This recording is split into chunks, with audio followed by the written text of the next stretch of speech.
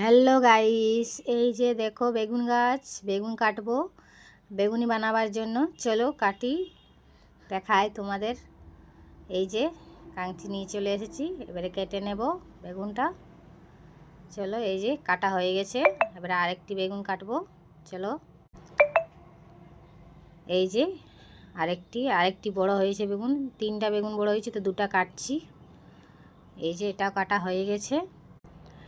চলো এবার বেগুনগুলো নিয়ে যাই।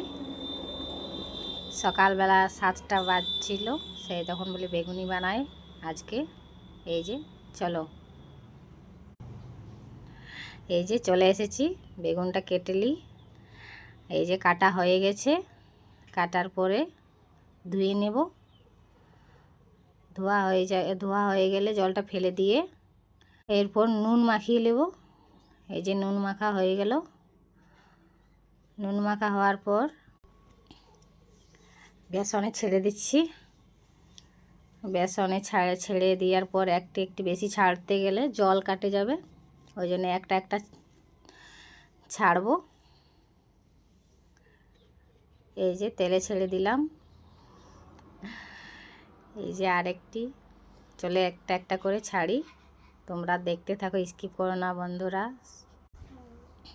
এই যে সব ছাড়া হয়ে গেছে, এবারে পাল্টাবো। এই যে পাল্টা হয়ে গেলে, সব পাল্টা হয়ে গেছে, এবারে উঠাই নিচ্ছি। এই যে আমার বেগুন ভাজা হয়ে গেছে। বেগুনি তোমরা কে কে খেতে ভালোবাসো অবশ্যই জানাবে। এই যে আমি একটা নিয়ে নিয়েছি, এই যে খাচ্ছি। খুব সুন্দর লাগে ঘরের বেগুনি বানালে। টাটা।